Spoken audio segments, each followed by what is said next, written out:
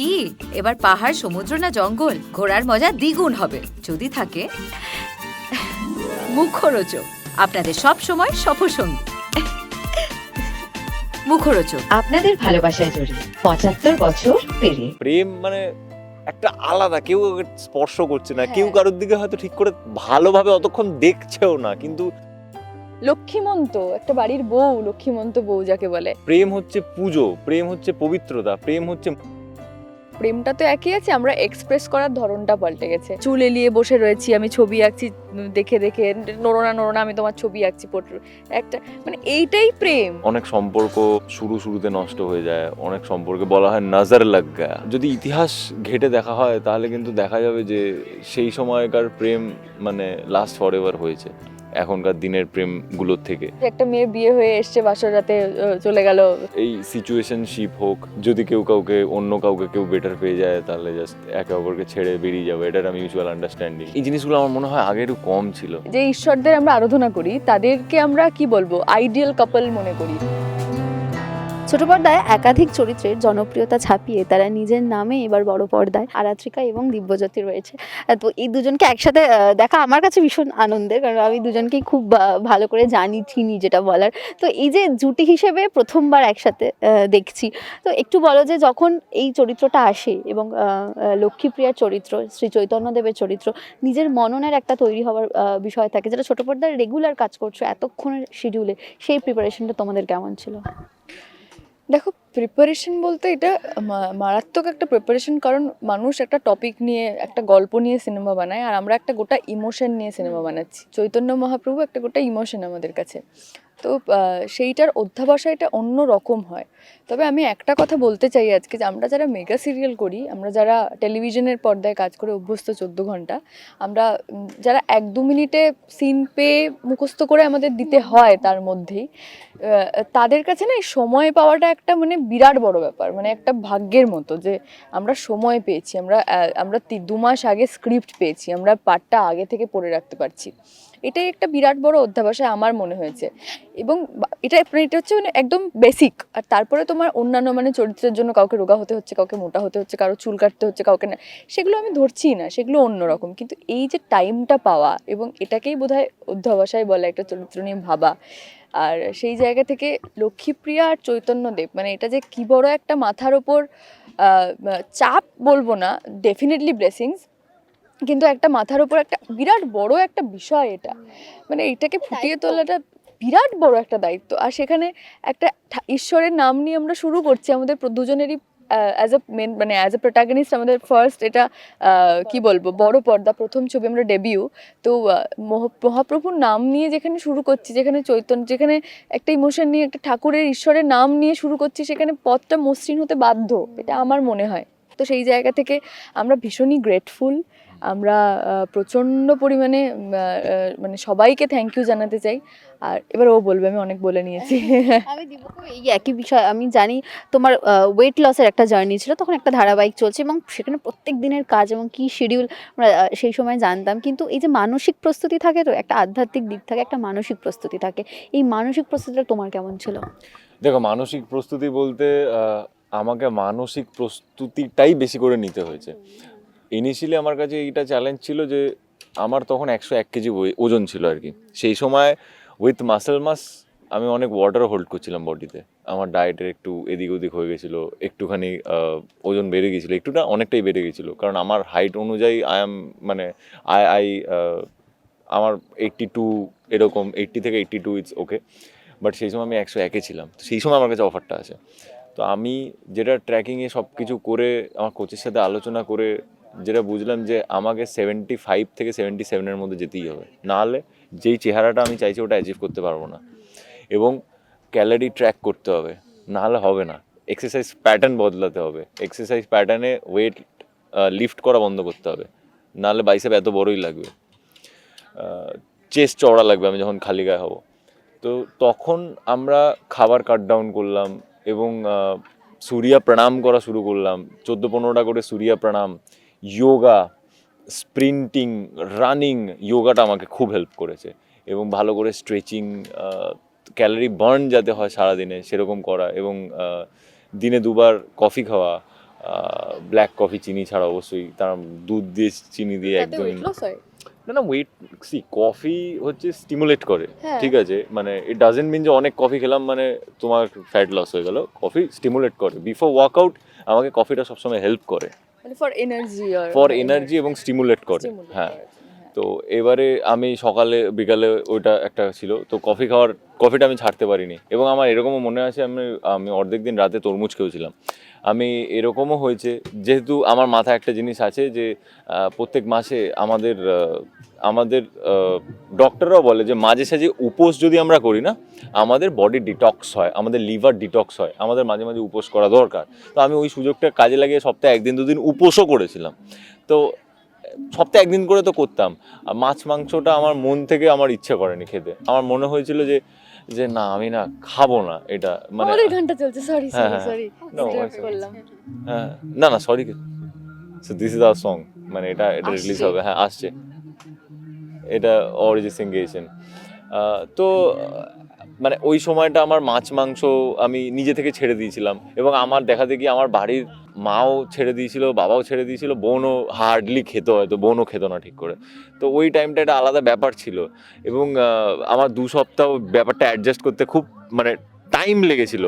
এবং আমি তারপরে একটুখানি মানে ভগবানকে ডেকে ধৈর্য ধরেছি। তারপর 2 সপ্তাহ পর থেকে আমি দেখলাম যে হ্যাঁ আমার ওজন কমছে, ব্যাপারটা হ্যাবিচুয়েটেড হয়ে গেছে, বডি অ্যাডাপ্ট করে নিয়েছে, মেটাবলাইজ করছে বডি, আমার ওজন কমছে, ফ্যাট লস হচ্ছে। এবার তারপরে 1 মাস যখন হয়ে গেল, তারপর দেখলাম আমার মাসেলের ডেফিনেশন খুব ভালো চলে এসছে, মানে এবার মাসেল দেখা যাচ্ছে, এবার এটাকে লস করতে হবে, তার জন্য তার পরের প্রস্তুতি। এবং এটা তো গেল শারীরিক, এবং এর পরে মানসিক যেটা আছে, আমার মাথায় সবসময় এটা কাজ করছে যে আমি ফ্লোরে গেলে সৃজিত মুখার্জির সামনে আমাকে শট দিতে হবে। সে আমার director, but he Srijit Mukherjee know. আমি ছোটোবেলা থেকে তার কি বলবো, মানে অটোগ্রাফ থেকে শুরু করে হোক, জাতিস্বর, মানে আমি কি দেখিনি, উমা, হ্যাঁ জুলফিকার, মানে আমি এগুলো দেখে বড় হয়েছি। এই সমস্ত ছবি দেখে আমি বাংলা ছবি যা দেখেছি তার মধ্যে তো এই ছবিগুলো আসছে। তো এই সমস্ত ছবি দেখে বড় হয়েছে, আমি লোকটাকে সবসময় এরকমভাবে দেখেছি। তো আমাকে ওনার সামনে শ্যুট করতে হবে, আমাকে ওনার সামনে পারফর্ম করতে হবে। আমার প্রথম ছবি, আমাকে এত বড় একটা গুরুদায়িত্ব দেওয়া হয়ে গেছে, মানে আমাকে এত বড় একটা দায়িত্ব দেওয়া হয়েছে। তো আমার তখন মাথায় এসেছিলো যে 2টো অপশান ভাই আমার কাছে আছে। এক, আমি ভয় নিয়ে বসে থাকি। 2 হচ্ছে ভয়টা ভয়ের মতো থাক, আমি যদি রেগুলেট করতে না পারি, ভয় পাচ্ছি ওটাকে ইগনোর করি, ঠিক আছে, ভয় পাচ্ছি পাই, অসুবিধা নেই, আমি আমার ফোকাস থাকবো।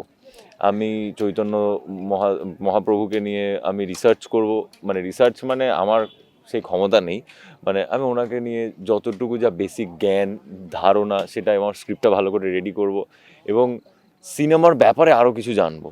মানে সেটা শুধু এই ছবি সংক্রান্ত বলছি না, অ্যাকচুয়াল সিনেমার ব্যাপারে আমার যতটুকু যা সম্ভব এই কটা মাস আমি জানবো। সেটা ভালো ছবি দেখা থেকে শুরু করে হোক, ভালো বই পড়া থেকে শুরু করে হোক, ভালো ভালো মানুষের ইন্টারভিউ দেখা থেকে শুরু করে হোক, তো সেই ব্যাপারগুলো আমি একটু জানবো, কারণ জীবনে এটা আমার প্রথম ছবি। তো ছবির শুটিং আমি কখনো হয়তো দেখেছি, কিন্তু করি তো নি কখনো, তো আমার কোনো আইডিয়া নেই। হ্যাঁ, ডেফিনেটলি আমাদের তখন অনুরাগের ছোঁয়া চলছিল। আমার 2017 থেকে আমি আমার ক্যারিয়ার স্টার্ট করি। তো আমি এর আগে ছবি তো করিনি, তো এটা আমার কাছে ডেফিনেটলি নতুন ছিল। তো মানসিকভাবে নিজেকে প্রস্তুত করতে বেশ সময় লেগেছে। শুরুর দিকটা একটু টাফ ছিল, বাট পরে জিনিসটা হ্যাবিচুয়েট হয়ে গেছিলো, ব্রেনেরও বডিরও। এবং আর একটা জিনিস আমার মনে হয় যে আমি আমার মানসিকভাবে এই যে স্বাচ্ছন্দ্যবোধ, মানে সব কিছু মানে ব্যালেন্স হয়েছে, আমার টিম আমাকে খুব হেল্প করেছে। শুভশ্রীদি, ব্রাত্য বসু, প্রাণাদা এবং সৃজিতদা, এরা কখনো মনে করতে দেয়নি যে ইউ আর দ্য নিউ কামার, ঠিক আছে, তো আমাদের কথা তোমায় শুনতে হবে, যেটা বলছি সেটা করতে হবে, তুমি বাচ্চা ছেলে, তুমি জুনিয়র, তুমি বেশি কথা বলবে না, এরকম কোনো দিন আমাকে ফিলই করতে দেননি ওনারা। আমি যখন শুনেছিলাম যে সৃজিত মুখার্জি বকাবকি করেন ফ্লোরে, তো আমার সামনে সৃজিত মুখার্জি একবার একটা কথা বলেছিলেন, সেটা হচ্ছে যে তুই একটা জায়গায় কাজ করছিস তো? আমি বললাম হ্যাঁ করছি। বলছে ওখানে ফ্লোরে ডিরেক্টর আছে তো, শুটিং হয় তো? বললাম হ্যাঁ স্যার, ফ্লোরে তো ডিরেক্টর আছে, নাহলে কী করে হবে? বলছে যে হ্যাঁ, তো উনি আমি একই, আমি তোর সিনেমার ডিরেক্টর, উনি তোর সিরিয়ালের ডিরেক্টর, তুই ওনাকে শর্ট দিস, তুই আমার কাছে শর্ট দিবি। আমি লাইক মেনি আদার ডিরেক্টর যারা যেরকম হয়, তা আমিও ফ্লোরে আমার যেটা কাজ সেটা কাজ, আমি আমার কাজটা ডেলিভার করানোর জন্য, তোকে বোঝানোর জন্য আমার যেটুকু তোর সাথে কমিউনিকেট করতে হবে, তোকে যেগুলো বলতে হবে, তোকে যেগুলো বোঝাতে হবে, ডেলিভারিটা তুই যাতে করতে পারিস ঠিক করে, আমি আমার কাজটা যাতে করতে পারি ঠিক করে, আমাদের কাজটা যেন ঠিক করে হয়, মানে সেটাই। এবং তারপরও আমার মনের মধ্যে ভয় ছিল যে আমি যদি ভুল করি তাহলে আমার বকবে, সেটা ওর মধ্যে সবসময় ছিল, বকবে। কিন্তু আমরা বকা খাইনি, আমরা দুজনের একজনও বকা খাইনি ফ্লোরে। তো বাকি তো সিনেমার এক্সপিরিয়েন্স খুবই ভালো। এবং আমরা সৃজিতদার ব্যাপারে এর আগেও যা যা শুনেছি যে উনি খুব ডেডিকেটেড ডিরেক্টর, হ্যাঁ খুবই কাজের মধ্যে মগ্ন হয়ে যান, সেটা আমরা দেখেছি ফ্লোরে। জ্বর নিয়ে কাজ করা হোক, বা প্যান্ট ভিজে যাওয়া থেকে আরম্ভ করে লুঙ্গি পরে সারাদিন শুটিং করা থেকে শুরু করে, সাঁতার না জেনে সমুদ্রে নেমে গিয়ে, জলে নেমে গিয়ে শট নিয়ে নিয়েছে। অন্য কেউ ওটা নিয়ে নিতে পারতো, অন্য কেউ যেতে পারতো, বাট উনি নিজে গেছিল, ওনার হয়তো যাওয়ার প্রয়োজন ছিল না। তো এই জিনিসগুলো একটা মানুষকে আলাদা করে, সেই জন্য উনি আরাত্রিককে জিজ্ঞেস করি যে লক্ষ্মীপ্রিয়া করার সময় তোমার উপলব্ধিটা কি ছিল, যখন এরম একটা চরিত্র এবং শ্রী চৈতন্যদেবের তার নিজের একটা জীবন বাসনা রয়েছে, সেই সময়টা। লক্ষ্মীপ্রিয়া দেবীকে মা লক্ষ্মী বলা হতো, মানে মনে মনে করা হতো উনি মা লক্ষ্মীর একটি রূপ। এবং আমরা তো জানি লক্ষ্মী চঞ্চলা। আমি প্রথমেই যখন স্যারকে যখন জিজ্ঞেস করেছি, যে স্যার আমাকে ফার্স্টেই বলেছে যে একটা জিনিস মনে রাখবে, ও কিন্তু খুবই বাচ্চা একটি ভূমি মেয়ে, ওর খুব কম বয়সে বিয়ে হয়েছিল, ভীষণ ইনোসেন্ট একটা মেয়ে লক্ষ্মীপ্রিয়া। তো সেই জায়গা থেকে তার প্রত্যেকটা এক্সপ্রেশন, তার রিয়াকশন সবটাই না ভীষণ ন্যাচারাল হবে, মানে ভীষণ, মানে ওই খুবই ইনোসেন্টলি যেটা হয় না, খুব তো সেই জায়গা থেকে আমার মনে হয়েছিল যে যদি আমি বেশি ভেবে ফেলি তাহলে সেইটা কোনোদিনও হবে না, তার থেকে বরং আমি ডিরেক্টরের উপর, সৃজিতদার উপর ছেড়ে দিই, সৃজিতদা যা বলবে ফ্লোরে সেরকমভাবে আমরা করবো, ডেলিভার করব।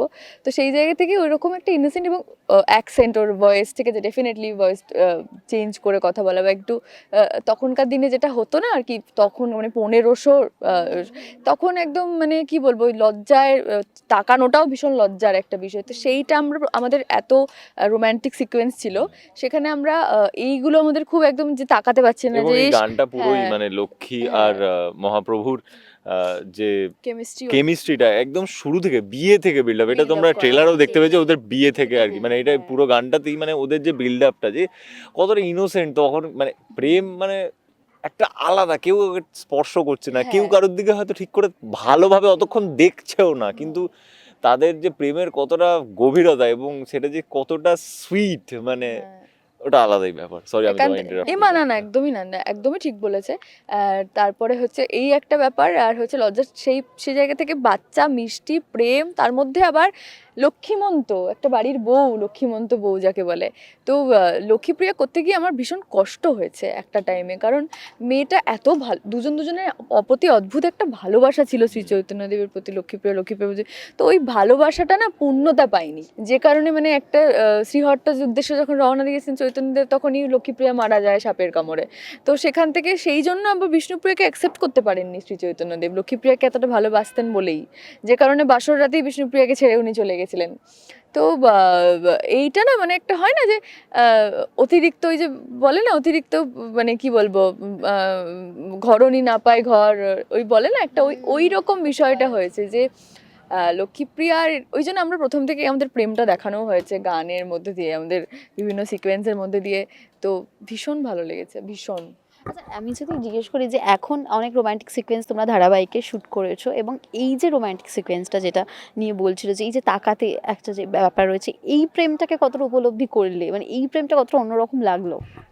দেখো, অ্যাকচুয়াল প্রেমই হয়, সেটা 1500 প্রেম হোক, 2015 প্রেম হোক, বা 2025 প্রেম হোক, বা 2050 গিয়ে প্রেম হোক, প্রেমই হোক।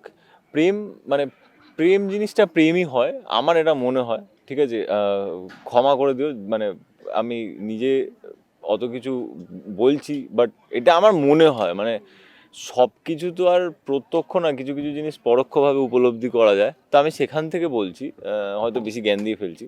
তা আমার মনে হয় যে প্রেম ইটসেলফ, মানে প্রেম শব্দটা ওটা অতিরিক্ত ডিভাইন, এবং প্রেম হচ্ছে পুজো, প্রেম হচ্ছে পবিত্রতা, প্রেম হচ্ছে মুক্তি দেয় যে, এবং ত্যাগে শান্তি দেয় যে প্রেম। যদি প্রাপ্তি ঘটে তো খুবই ভালো, কিন্তু প্রেম না, মানে ওই পাওয়া, প্রেম না পাওয়া, এই সব কিছুর ওপরে গিয়ে হচ্ছে প্রেম। তো আমার মনে হয় যে পাওয়া না পাওয়া, মানে অ্যাকচুয়াল প্রেম পাওয়া না পাওয়াতে কিছু মানে যাই আছে না, মানে প্রেম তার থেকে অনেক বেশি ওপরে আর কি। আহ, কি বলতো, তখনকার দিনে ও যেটা বললো যে প্রেমটা তো একই আছে, আমরা এক্সপ্রেস করার ধরনটা পাল্টে গেছে। এখন আমরা, তুমি যদি জেনজি দেখো তাহলে তো মানে ভেতরে যা চলবে তার থেকে বেশি বাইরে মুখ চলে আর কি, এক কথা ভেবেই না মানে। We are also Gen Z. হ্যাঁ, ওই জন্যই বললাম তো কথাটা, নাহলে এত সুন্দর করে কি করে বলতাম। তো ওটা তো সব মানে একদম বলে দিতে কোনো ইয়ে লাগে না, কিন্তু তখনকার দিনে যেটা সব থেকে বড় বিষয় ছিল যে লজ্জা, মানে তাকানোটাই লজ্জা। এই মানে কি বলবো, এইটা একটা অদ্ভুত কিন্তু এই প্রেমটাকে না, এটা তো মানে ঐশ্বরিক প্রেম, এটা ডিভাইন, এটা এটা মানে ভীষণ রকমের পবিত্র, যেটা মানে এটা মানে কি বলবো, ভাষায় প্রকাশ করা যাবে না যে এতটাই এতটাই বন্ডিংটা। আমি জানি না এটা কতটা দর্শক দেখে ডেফিনেটলি বলবে কেমন লেগেছে, তবে আমাদের সিকোয়েন্সগুলো এক একটা এত সুন্দরভাবে শ্যুট করা হয়েছে না, মানে চুল এলিয়ে বসে রয়েছি, আমি ছবি আঁকছি, দেখে দেখে নড়োনা নড়োনা আমি তোমার ছবি আঁকছি, একটা মানে এইটাই প্রেম। একটু জিজ্ঞাসা করি যে এই যে লক্ষ্মীপ্রিয়া তো মহাপ্রভুকে যেতে দিয়েছিলেন তার লক্ষ্যের দিকে, সেখানে একটা তার ত্যাগও রয়েছে। এই বিষয়টা থেকে কি শিখলে যে ভালোবাসলে যে সবসময় ধরে রাখতে হয় এমনটাও না, যে তুমি যাও তোমার লক্ষ্যের দিকে? দেখো ভালোবাসা প্রেম মানে এই ব্যাপারটা হচ্ছে যে ভরসা, কোথাও গিয়ে ভরসাটা খুব ইম্পর্ট্যান্ট। যেটা আমার মনে হয় যে আমরা কোথাও গিয়ে এখন খানিকটা কোথাও গিয়ে হারিয়ে ফেলছি আস্তে আস্তে। আমার এটা মনে হয় যে অনেক ক্ষেত্রে আমরা হারিয়ে ফেলছি। অনেক সম্পর্ক শুরুতে নষ্ট হয়ে যায়, অনেক সম্পর্কে বলা হয় নজর লাগ গায়া। হ্যাঁ, তো ব্যাপারটা শুধু সেটাও নয়, আমার মনে হয় যে কিছু জিনিস আমার মনে হয় যে তখনকার দিনে বলা হয় তো সেকেলে ও তো অমুক ও তো সেই, যদি ইতিহাস ঘেঁটে দেখা হয় তাহলে কিন্তু দেখা যাবে যে সেই সময়কার প্রেম মানে লাস্ট ফর এভার হয়েছে এখনকার দিনের প্রেমগুলোর থেকে। বাট এখন কি প্রেম হয় না? হ্যাঁ, ডেফিনেটলি হয়। এখন কি সম্পর্ক টেকে না? হ্যাঁ, ডেফিনেটলি টেকে। কিন্তু বহু সম্পর্ক কোথাও গিয়ে সেই প্রেম ভাঙা এবং আবার সম্পর্কে জড়িয়ে পড়া, তাতে কোনো অন্যায় নেই। আমি বলছি না তারা পাপ করছে যে সম্পর্ক ভেঙে গেছে বলে আর একটা সম্পর্ক করবে না, নিশ্চয়ই করবে, মানে প্রেম হলে তো নিশ্চয়ই করবে। বাট কোথাও গিয়ে এই জিনিসটা আমার মনে হয় যে বেড়ে গেছে, সেটা হয়তো অনেক আগে ছিল না। মানে আমরা কোথাও গিয়ে না মানে অনেক বেশি যান্ত্রিক হয়ে যাচ্ছি। মানে এই শব্দটা কোথাও গিয়ে না মানে এই যে এই শব্দগুলো এই সিচুয়েশনশিপ হোক, তারপরে আরও কত কী শব্দ, মানে আমার ঠিক মনেও নেই ওয়ার্ডসগুলো। তো এই যে সিচুয়েশনশিপ, তো এটা হয়তো আজ থেকে 50 বছর আগে মানুষ হয়তো ভাবেইনি যে দুটো মানুষ জাস্ট মানে অতটা মেন্টালি ইনভলভ থাকবে না, কিন্তু একসাথে থাকবে। যদি কেউ কাউকে অন্য কাউকে কেউ বেটার পেয়ে যায় তাহলে জাস্ট একে অপরকে ছেড়ে বেরিয়ে যাবে, এটা একটা মিউচুয়াল আন্ডারস্ট্যান্ডিং। বা কন্ট্রাক্টের বিয়ে, এটাও আমরা শুনি। এই জিনিসগুলো আমার মনে হয় আগে একটু কম ছিল। তার মানে যে এখন এরকম নয় যে এখন প্রেম হয় না, ডেফিনেটলি হয়, এবং যারা প্রেম পায়, যারা অ্যাকচুয়াল প্রেম পায় তারা ভাগ্যবান। আরাত্রিকা, এই ত্যাগটা কি আরাত্রিকার ক্ষেত্রে যদি বলি যে তুমি কতটা করতে পারো? শোনো, লক্ষ্মীপ্রিয়া চৈতন্যদেব ঈশ্বর, আমি যেটা আগেও বললাম, ওরা ঐশ্বরিক, ওনাদের যে বন্ধনটা, আজকে ওই ত্যাগ, ওই প্রেম, ওই ভালোবাসা দেখা যায় না বলেই লক্ষ্মীপ্রিয়া চৈতন্যদেবের প্রেমটা আমরা মনে রেখেছি, বা মানে নর্মাল লাইফ মানুষের প্রেম আমরা মনে রাখি থরি। তো সেই জায়গা থেকে আমি বলবো যে এইটার সাথে তুলনা না করাটাই বেটার, কারণ এই যে ত্যাগ, এই যে একে অপরকে এত ভালোবাসতেন, এই যে এই বিষ্ণুপ্রিয়ার সাথে বিয়ে হলো, এই যে বিষ্ণুপ্রিয়াকে মেনে নিতে পারলো না লক্ষ্মীপ্রিয়ার জন্য কষ্টে, এবং বিষ্ণুপ্রিয়ার জায়গা থেকে ওটাও কত কষ্টকর যে একটা মেয়ে বিয়ে হয়ে এসছে বাসর রাতে চলে গেল। তো সেই সবটা মিলে না এইটাকে বোধহয় আমরা উপলব্ধি করা, এটা উপলব্ধির অনেক ওপরে আর কি, এটা আমাদের বোঝার ক্ষমতার বাইরে। তো সেই জায়গা থেকে এটাই বলবো যে প্রেম, ভালোবাসা, সেই সব কিছুর অনেক ওপরে হচ্ছে এই ঐশ্বরিক জিনিসগুলো, এই যেগুলো আমরা আমাদের কাছে সবসময়, আমাদের কাছে এক একটা হয় না মাইলস্টোন হয়ে থেকে যায়, যে যেমন কৃষ্ণ, বিষ্ণু ঠাকুর যেরকম বলে যে লক্ষ্মী ঠাকুর বিষ্ণু, সেই জায়গা থেকে আমাদের সব মানে এইটা আমরা দেখে এসছি সবসময়, যে ঈশ্বরের, যে ঈশ্বরদের আমরা আরাধনা করি তাদেরকে আমরা কি বলবো আইডিয়াল কাপল মনে করি আর কি। তো এটা হবে না বলেই ওরা আইডিয়াল, এবং ওই জন্যই কিন্তু নতুন কাপলদের বলা হয় এই তো দেখো না, মানে মনে হচ্ছে নারায়ণ লক্ষ্মী, এই তো মনে হয় দেখো দেখো দেখো শিব পার্বতী লাগছে। তো কোথাও গিয়ে এই জিনিসগুলো রিলিভেন্ট বলেই সেগুলো তুলনা করা হয়, সেগুলো নিয়ে আলোচনা করা হয়, সেগুলো নিয়ে স্টাডি করা হয়, এবং সেগুলো আমাদের জীবনেও অনেকটা রিলিভেন্ট। ওকে জিজ্ঞেস করি ওকে কতটা ইনোসেন্স লাগলো যখন একসাথে কাজ করো, যে বলছি না যে বাচ্চাটা ধরে রাখার মতোই।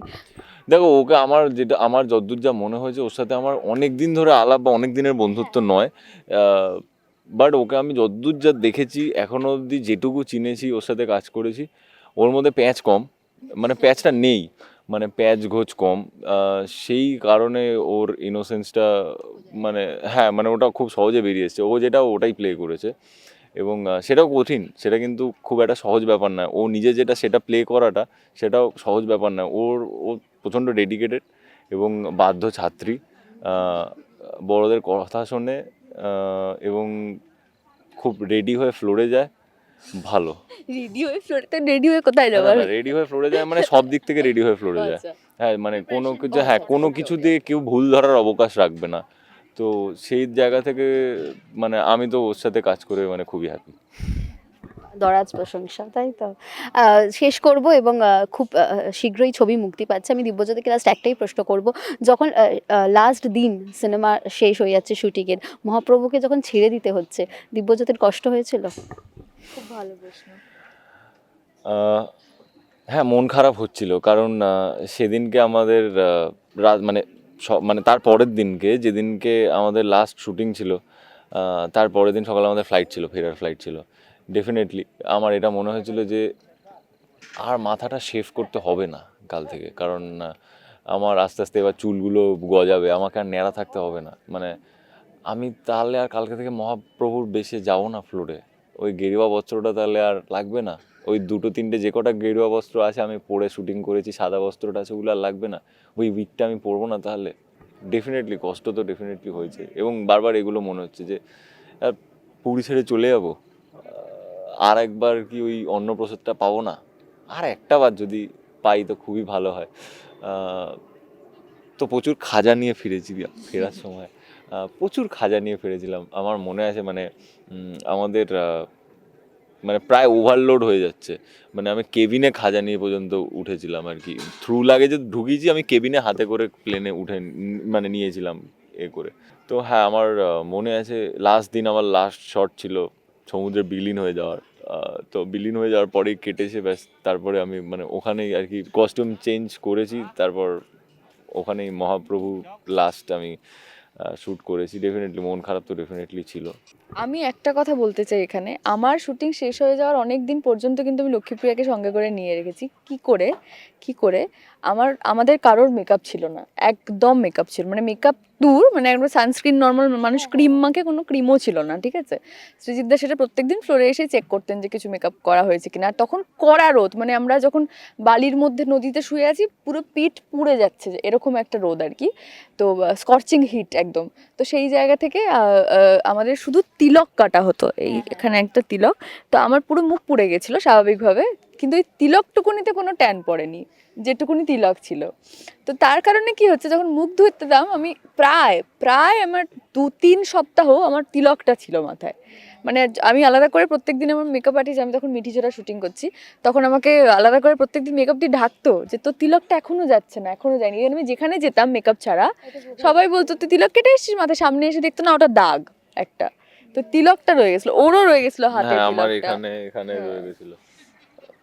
থ্যাংক ইউ এবং খুব ভালো হোক প্রথম সিনেমা তোমাদের, তো শেষে তোমাদের দর্শকদের এটুকুই বলতে চাই যে আপনারা যেভাবে এতদিন ধরে আমাদের ভালোবাসা দিয়ে এসেছেন, আমাদের আশীর্বাদ বর্ষণ করেছেন আপনাদের, আমরা যেখানে যেটুকু এসেছি বা যতটা ফ্লারিশ করেছি সবই আপনাদের কৃপায়, আপনাদের আশীর্বাদে।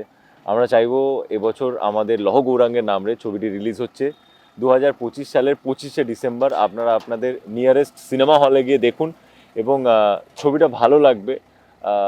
এবং আর একটা মজার ব্যাপার হচ্ছে এই ছবিতে যে পুরীর শুটিংগুলো করা হয়েছে সেটা মন্দিরের মধ্যে দাঁড়িয়ে থেকে করা হয়েছে, পৃথিবীর ইতিহাসে কোনো ছবিতে এটা হয়নি, আমরা প্রথমবার ইতিহাস তৈরি করেছি জগন্নাথ দেবের আশীর্বাদে, মহাপ্রভুর কল্যাণে আশীর্বাদে।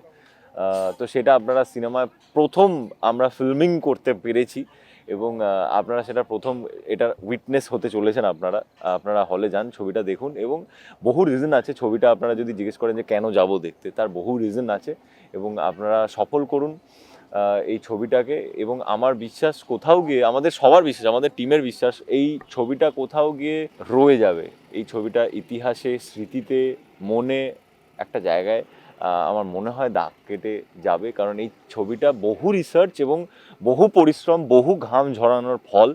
এবং এই ছবিটা তখন আমার দেশের মাটি শুটিং হচ্ছিল 2021 সালে, তখন পেপারে আমি পড়েছিলাম যে ল গৌরাঙ্গের নামে ছবির কাস্টিং করা হচ্ছে।